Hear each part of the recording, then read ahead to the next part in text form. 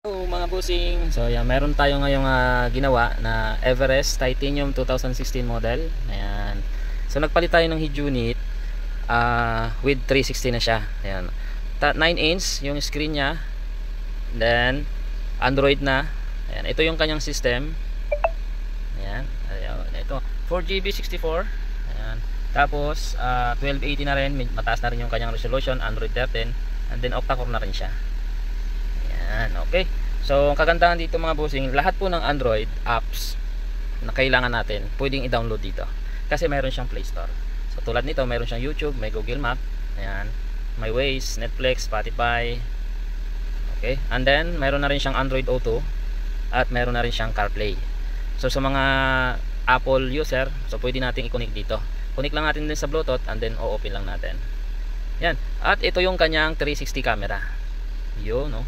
Napakaganda mga bossing.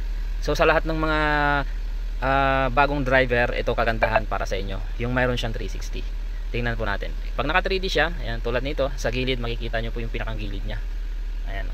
So nakadikit siya sa pader, andun kitang kita. So gilid din, itong kanan, makikita mo rin siya. Okay. Tapos yan, ito yung harap view nya.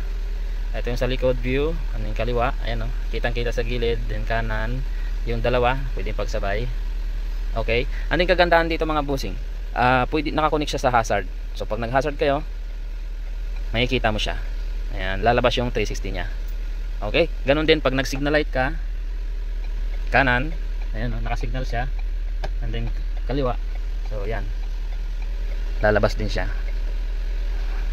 Okay, yun ang kagandahan dito mga bossing, para pag halimbawa na blind spot yung kakaliwa nyo o kakananan nyo, pwede mo siya makita dito sa head unit. Ayan, makikita mo siya dito. Ayun. Tapos ang kagandahan dito, ito pang connected siya dito sa steering control natin. Ayan, tulad nito, volume siya.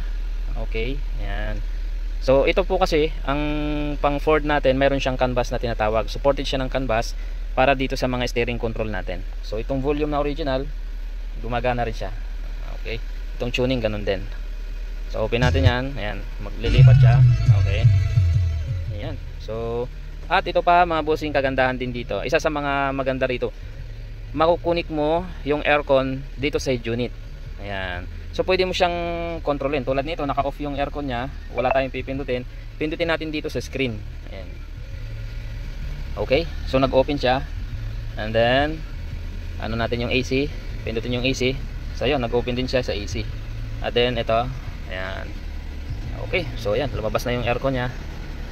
Okay. Ayan, gumagana siya mga bossing. So may auto rin. Ayan, naka-auto siya. Okay.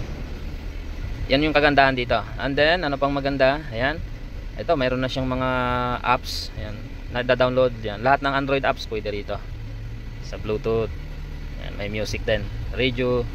So, ayan. Meron din siyang split screen. Pwede mo siyang manood ng dalawa. Ayan, tulad nito. Press lang natin to.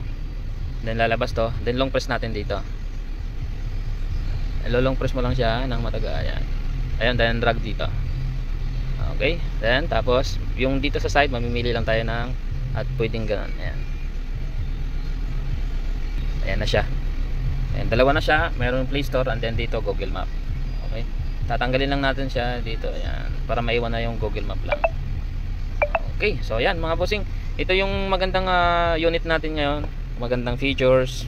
Magandang head unit quality. So quality din sa install. Ayan, malinis, walang wirings na nakalabas, walang cut wiring sa original. So plug and play lang talaga siya. Ayan. So salamat mga bossing sa inyong panunood ng aking video. Ayan, subscribe po kayo and then like, comment sa mga gustong mag-avail ng head unit natin. Okay, thank you mga bossing.